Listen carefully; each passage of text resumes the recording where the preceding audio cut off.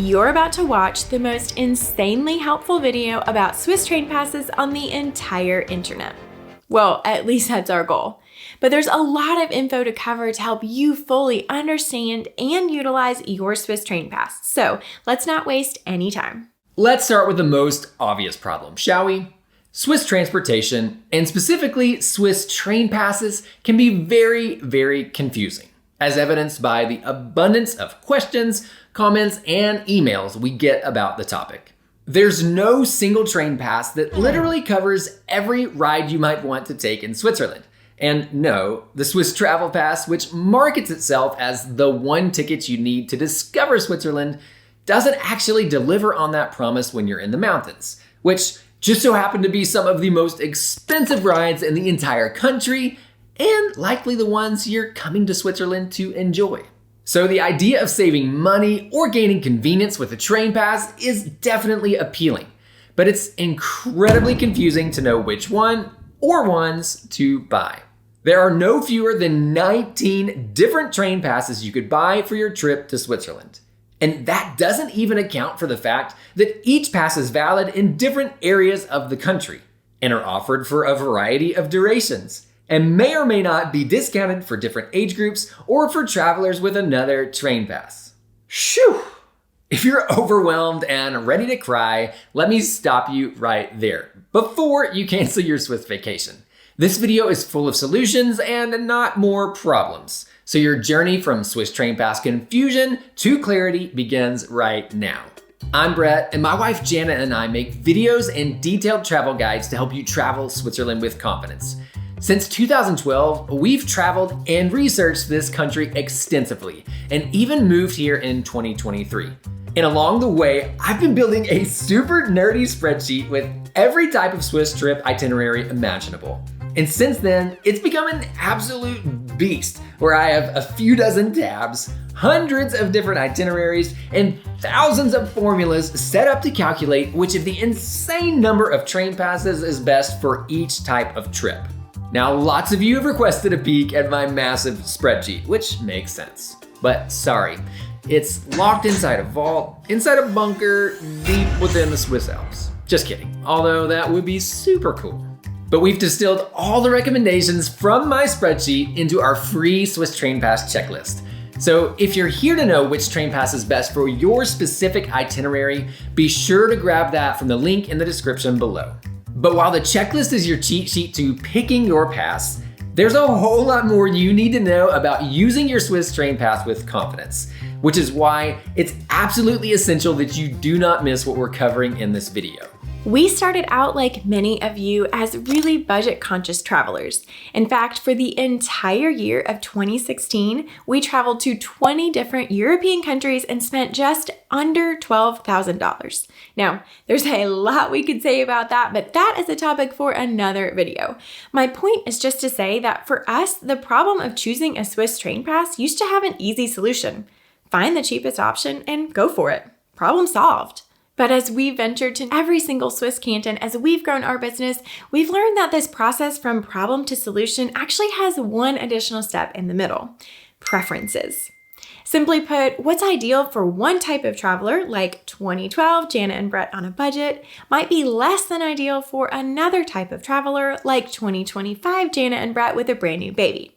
And we've discovered there are really 3 types of preferences. Some of you value cost savings. You're budget travelers like we were, counting your pennies wherever you go so you can splurge on the things that really matter to you.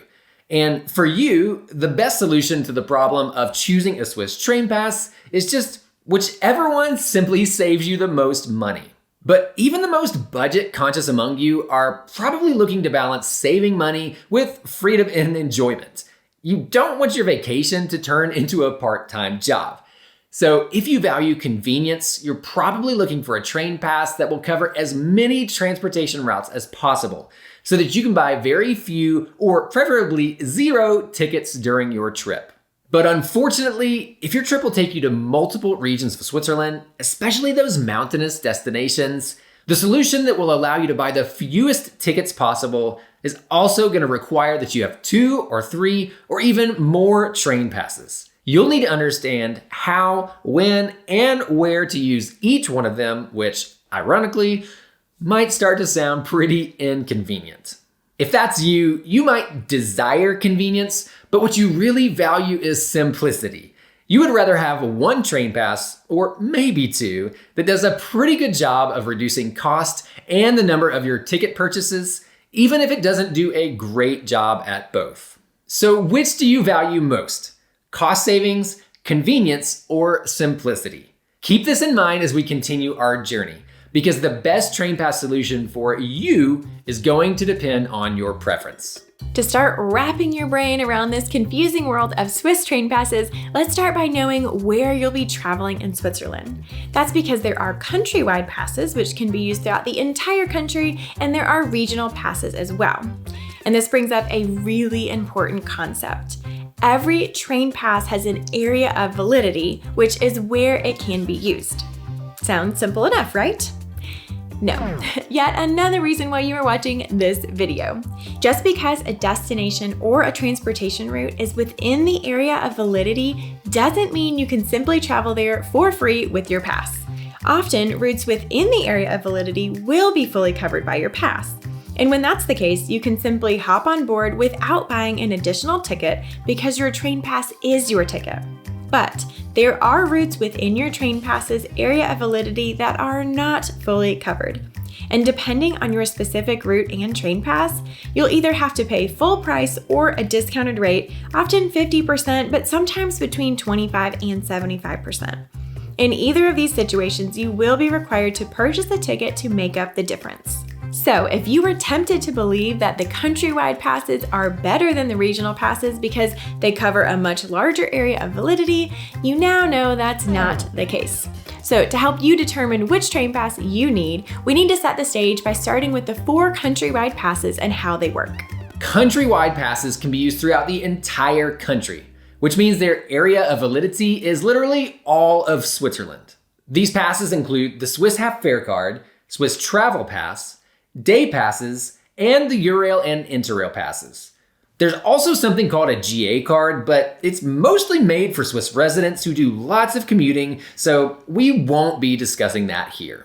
The biggest difference in these countrywide passes is that the Swiss Travel Pass, day passes, and the Eurail and Interrail passes can sometimes be used without buying an additional ticket, while the Half Fare Card always requires you to buy a ticket. It's basically a coupon entitling you to 50% off travel throughout Switzerland. You'll need a ticket every time you take public transportation, but that ticket will come at 50% off. And this card is valid for 30 days, which, as you'll pretty soon learn, is quite a bit longer than most of the other passes available. And for what it's worth, after crunching the numbers on those hundreds of itineraries in the spreadsheet I mentioned earlier, the Swiss Half Fare Card wins out as the best budget option in a surprisingly high number of them. In my opinion, the most simplicity you'll find comes with the Half Fare Card. You can use it throughout the entire country with very few exceptions and get a 50% discount. It doesn't get simpler than that. Yes, you'll need to buy a ticket every time you travel, and I understand that can feel extremely inconvenient. But it's really not, thanks to the SBB mobile app, which is the national rail app for traveling Switzerland by public transportation. And you can totally master it by working through our SBB app tutorial. This deep dive, loaded with helpful screenshots, is included in our ultimate guide to Swiss transportation. So don't miss out on that if you've already purchased this guide. The way the Swiss train pass is marketed, it seems like it's the only ticket you'll need for traveling all throughout Switzerland. Which is why we actually purchased a 15-day Swiss travel pass for our honeymoon back in 2012. And it's true that it does cover everything at lower elevations. But as you start heading up and into the mountains, the Swiss travel pass basically gets downgraded to a Half Fare Card. You'll usually get a discount on those mountain trains and cable cars, but you'll still need an additional ticket, which we quickly learned as we were honeymooning throughout the Jungfrau Region. There are exceptions where the Swiss Travel Pass will fully cover a mountain excursion, and we'll mention a few of those later. And I don't know if this will be a helpful context for you, but the Swiss Travel Pass basically has to fully cover any routes where people live or go to school year-round. So that's why you can reach villages like Zermatt, Wengen, or Mürren with this pass. If you value cost savings, the Swiss Travel Pass is rarely a good idea. You'd need a 3-day pass to save you an average of 82 francs per day just to break even, although that would decrease in terms of cost per day for the longer pass lengths. Now, I crunched the numbers on the top 11 cities and towns throughout Switzerland that tourists are most likely to travel to or through. And the average cost of traveling from one of those spots to another is 77 francs. That is not cheap, and you can see why purchasing a train pass can be so important. But you mostly need to be traveling pretty far every day you have this pass in order to save money. You might even want to consider the Swiss Travel Pass Flex, which allows you to use your pass on non-consecutive days within 1 month. Which is pretty clutch if you'd rather hang out at your chosen destination for a while instead of riding across the country just to get value out of your pass. Having said that, there are other times where choosing a Swiss train pass really is the best option for your budget, especially for youth ages 16 to 24 who can get it at a 30% discount. And you can find the rest of those scenarios listed in our Swiss train pass checklist. Simply click the link in the description below after finishing this video. But if you value the convenience of not having to purchase additional tickets, then you will love this pass as long as your trip will mostly avoid those mountain destinations.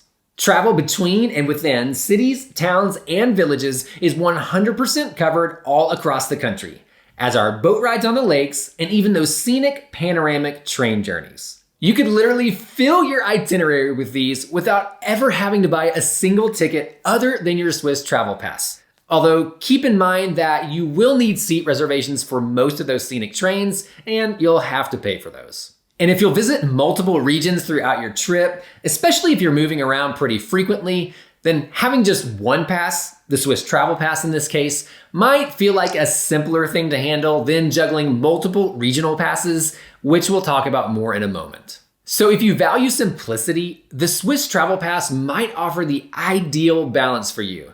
You'll still enjoy plenty of routes that are fully covered, especially as you're traveling between those regions. But even when you go up and into the mountains and have to purchase additional tickets, you'll only have to worry about knowing how to use this specific pass. It's worth a reminder though that I still believe the Swiss Half Fare Card offers the greatest simplicity of all these countrywide passes. So when is the Eurail or Interrail pass a good buy? Well, we've actually made an entire video with everything you need to know about using those passes in Switzerland. So instead of repeating ourselves here, if you're interested, you can go click and check that video out after this one. Finally, on the topic of countrywide passes are day passes. And there are two main types, regular day passes and saver day passes. Both types of day passes are valid for a specific calendar day until the next day at 5 a.m. And both provide you with unlimited travel on any route that's fully covered by the Swiss Travel Pass. This includes Mount Rigi and the Stanzerhorn near Lucerne, and even Rocher-de-Nez near Montreux, even though that one isn't even fully covered by the Swiss Travel Pass. But unfortunately, routes that are only discounted by the Swiss Travel Pass are for the most part not covered or discounted at all by either of these day passes. So you'll have to pay full price, or 50% if you're in possession of a valid half fare card, to travel to Gornergrat in Zermatt, Grindelwald-Fierce in the Jungfrau region, or Mount Pilatus near Lucerne, just to name a few examples. Now, the regular day pass is only available to those who have a Swiss half fare card. And it's an extremely simple and convenient option because you don't have to buy it in advance. You could just wake up one day, buy it, and then ride all over the country for up to 29 hours. But it's really hard to imagine travelers with actual sightseeing priorities getting any real cost savings out of this pass. However, the Saver Day Pass is something I highly encourage you to consider planning into your Swiss transportation strategy. Because in the right scenario, this day pass could offer the perfect combination of cost savings, convenience, and simplicity. Saver Day passes aren't great for traveling within a specific region, but there are other scenarios where they really shine. For example, an expensive scenic train ride like the Glacier Express. As you can see here, a Saver Day Pass can shave off more than 50 francs compared to buying half-price tickets, or over 100 francs compared to paying full price. Another great use is for an expensive travel day when you're moving between regions.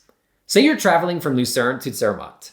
Once again, you could cut these costs by up to 50% with a Saver Day Pass. But it gets even better if you plan a full day of exploring and then travel to your new destination in the evening. Because these passes are valid for a full calendar day, you could spend the morning and afternoon exploring all around Lucerne, including going up to Mount Rigi, which is fully covered by this pass, and then leave for Zermatt in the evening. This would cost over 200 francs full price. So imagine experiencing it all with a Saver Day Pass that costs you just 29 francs. Using these examples, you could probably imagine tons of other opportunities to capitalize on a cheap Saver Day Pass booked far in advance. So to summarize, a Swiss half-fare card combined with a few strategically selected Saver Day Passes is one of our favorite ways to blend cost savings, convenience, and simplicity while traveling Switzerland. But a half-fare card combined with some of those regional passes might be even better. So let's get into those, shall we? Regional passes differ from countrywide passes because they're only valid in a specific region of the country. These are often more mountainous, and you'll find that these passes actually have better route coverage within their area of validity than the countrywide passes do, especially as you go up in elevation. Just like the Swiss Travel Pass, regional passes work as your ticket on any route that is fully covered, providing free transportation to those destinations without requiring additional tickets. These can be a really great value if you plan to spend your time in the mountains, where these tickets can often equal or surpass the cost of a cross-country ticket. These are also a great option no matter what you value: cost savings, convenience, or simplicity. You're looking at a custom map that I definitely didn't spend way too many hours creating. But I thought it would be helpful to visually show you where regional passes are available, and even where their validity overlaps.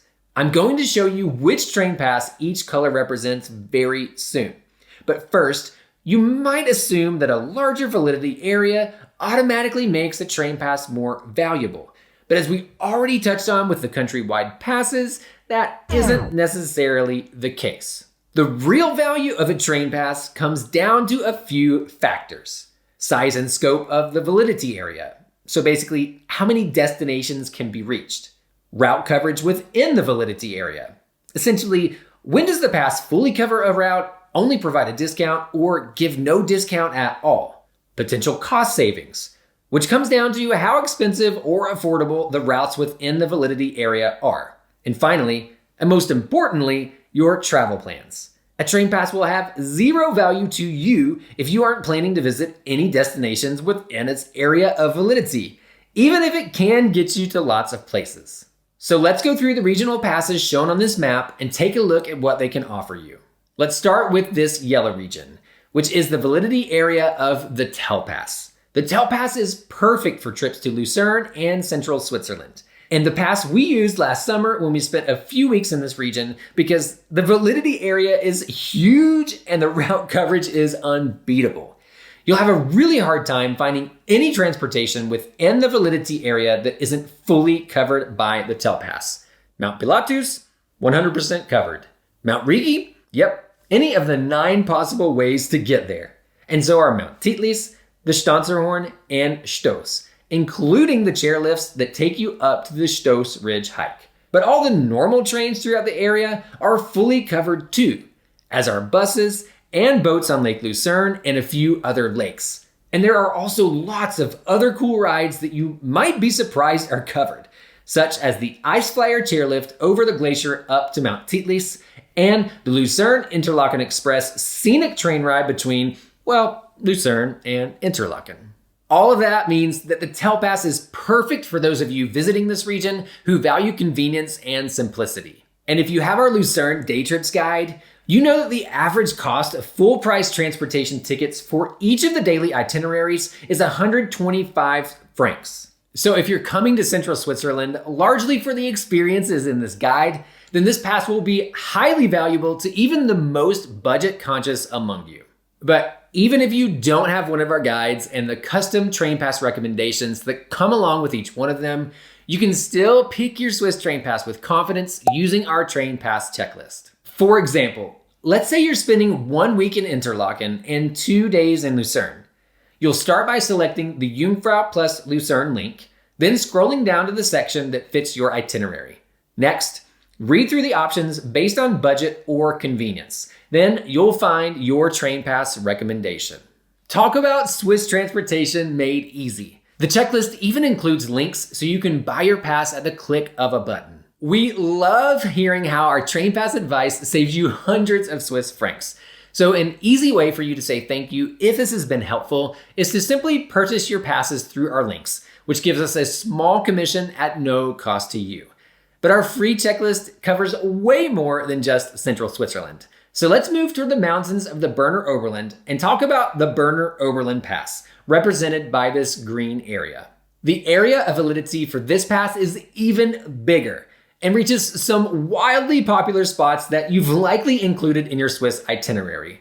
Bern, Lucerne, Montreux, Interlaken, Lauterbrunnen, Grindelwald, Wengen, Mürren, and that's just a start. You can take boats on Lake Brienz and Lake Thun, reach over 25 mountain destinations at no additional cost, and travel all the way to the Italian border in Domodossola. Of those 25, a few like the Brienzer Rothorn or the Schildhorn cost around 100 francs for a full price ticket, which is why this regional train pass is so valuable. And while we are completely in love with the Berner Oberland Pass, it is by no means perfect. In fact, the weakest route coverage is found in the Jungfrau Region near Interlaken, where you'll sometimes only get a 25 to 50% discount on mountain excursions. So before we can talk about when it makes sense for you to choose this pass, we need to talk about one more pass that also works in this area. This red area shows the validity of the Jungfrau Travel Pass. As you can see, it's very small compared to the Berner Oberland Pass. So this is not the pass for taking lots of day trips outside of Interlaken. But what it does extremely well, providing free travel to some of the most popular hotspots in the region. Interlaken, Grindelwald, Lauterbrunnen, Wengen, Mürren, and mountain excursions such as Grindelwald Fürst, Harder Kulm, Schynige Platte, and all the way up to Kleine Scheidegg and Eigergletscher, the last stations before you would continue to Jungfrau Joch.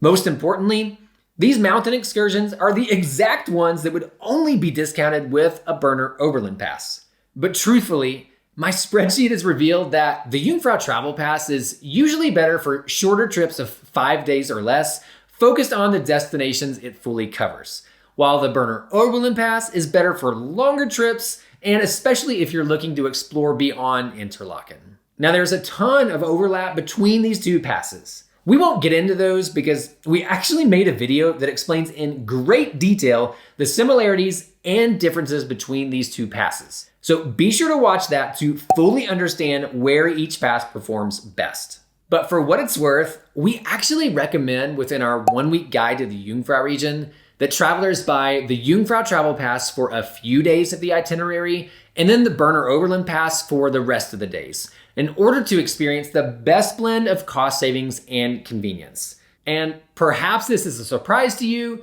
but combining these regional passes with a half fare card is almost always a no-brainer. The half fare card costs 120 francs, but it gives you a discount on both of these passes. And if you're traveling to the region from a Swiss airport, you'd enjoy a 50% discount on those journeys too. So just these things alone will undoubtedly save you money, and all you had to do was buy a half fare card. Now, there are a few important principles to keep in mind when you're choosing a regional train pass, or really any train pass for that matter. First, transportation in Switzerland is probably more expensive than you think, especially if you're looking at ticket prices for individual rides. The average cost of a full-price mountain excursion in the Jungfrau region is 87 francs, and that doesn't even consider the cost of getting to or from the cable car station. So a 3-day Jungfrau travel pass can easily pay for itself, even if you do just one expensive mountain excursion per day. Our second principle is that it's the cost per day, not the total cost, that matters most. That 3-day Jungfrau travel pass costs an average of 70 francs per day. But an 8-day pass, that's just 41 francs per day. Many of you are unknowingly causing your trip to be way more expensive than it needs to be by moving through the country so fast. And this applies not just to transportation, but to lodging and food as well. But if you really value cost savings and you're only going to be in each region a few days, then the half-fare card might be a better buy than a regional pass. Third, instead of choosing a pass to fit your itinerary, consider flipping it. Choose your pass first and then build your itinerary around it. With a 10-day Berner Oberland pass, you could take day trips to Lucerne and Bern, and a day trip to Montreux on the Golden Pass scenic train. You could visit the Schilthorn, scope out the views from Mannlichen, enjoy a boat ride on Lake Brienz, and ride the steam train up to Brienzer Rothorn, cruise on the summer toboggan and fly line at Grindelwald-Pfingsteg, hike above the teal blue waters of Oceanensee, see ibex on the Niederhorn, and get to the Italian border on your way out of Switzerland. And all of these and more would be covered. But without a Berner Oberland pass, you'd spend over 900 francs in full fare tickets. Ouch. And for what it's worth, you'd spend over 200 francs more doing that same itinerary with the Swiss travel pass as opposed to the Berner Oberland pass. And then you'd have to buy tickets on 6 of the 10 days instead of just 0 tickets with the Berner Oberland pass. Now, clearly, this is just an example to illustrate the 3 principles I just outlined, but it really is the perfect combination of cost savings, convenience, and simplicity. And while we love the Jungfrau region, we live here after all, this doesn't even factor in all of the endless, stunningly beautiful destinations that you can still explore in the lesser-known parts of the Berner Oberland. But that 10-day example I just shared accounted for at least one major mountain excursion or day trip every single day.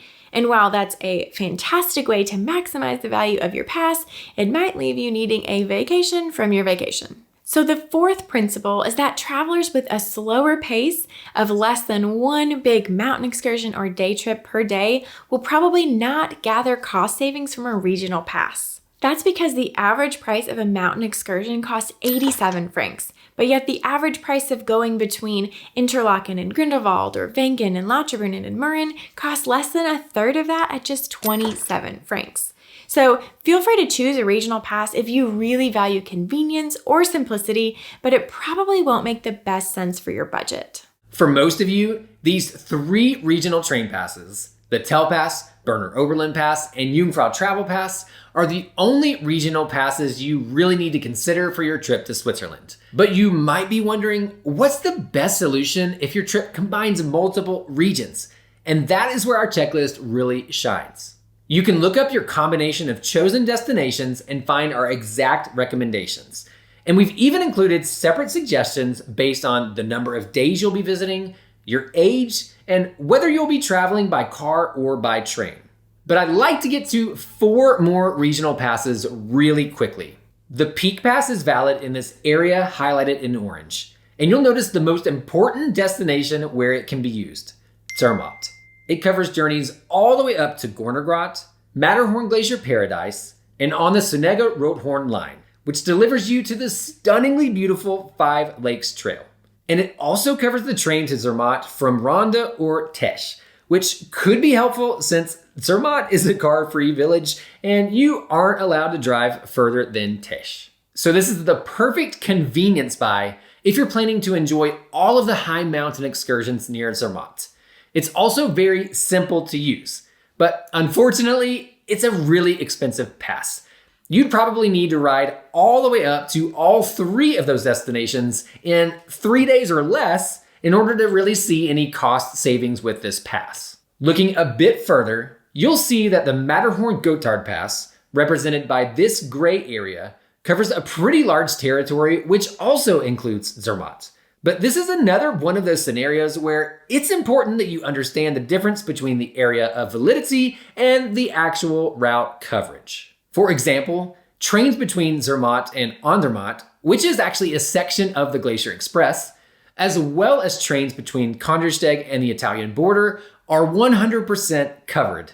But all of those mountain excursions in Zermatt, like going up to Gornergrat or Glacier Paradise, are only discounted by 50%. So there are very few likely instances where this pass would be better for you than a half fare card if you value cost savings, or the Peak Pass if you value convenience or simplicity. Then there's the Lake Geneva-Alps Pass, which is almost really cool. Almost.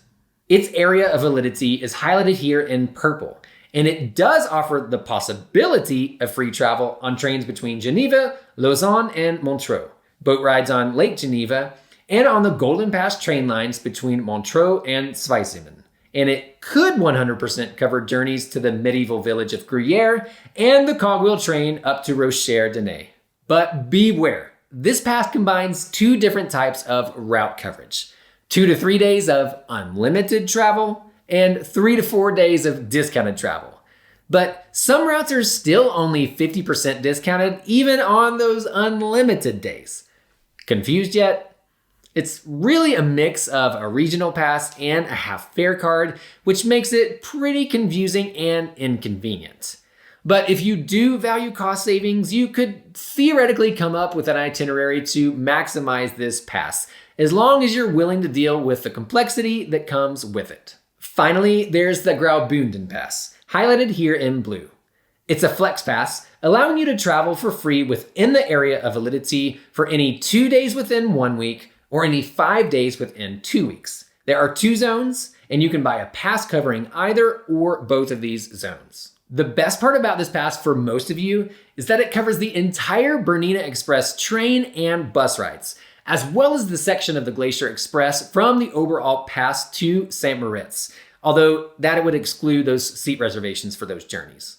Now, you're probably better off using your Swiss Travel Pass, half fare card, or Saver Day Pass for those scenic journeys, but if you intend to deeply explore this beautiful and far less touristed corner of Switzerland, then this could be a pass to consider. And before we move on, I wanted to highlight one more region we haven't mentioned. Ticino is the heart of Italian-speaking Switzerland. And if you're hoping to enjoy a little dolce vita, the Ticino Ticket could be your ticket to a little cost savings and convenience, where local buses and trains are free and most mountain destinations are discounted. But we left it out of our rundown of regional train passes because it's really more of a guest card than a train pass. You'll receive one simply by being an overnight guest and paying the tourist tax in any hotel, hostel, or campsite in the canton of Ticino. In fact, guest cards are yet another element to consider as you're thinking through your Swiss train pass strategy. And as you might suspect, we have a video on them too. But at this point, you might still be left with more questions. Should I buy my train passes in advance? Can or should I choose a first class pass instead of a second class pass? Do I have to validate my pass before using it? And how do I make sure I don't look like a complete rookie when I ride public transportation in Switzerland? Don't worry, we have all the answers you're looking for, plus the ones you haven't even thought to ask yet.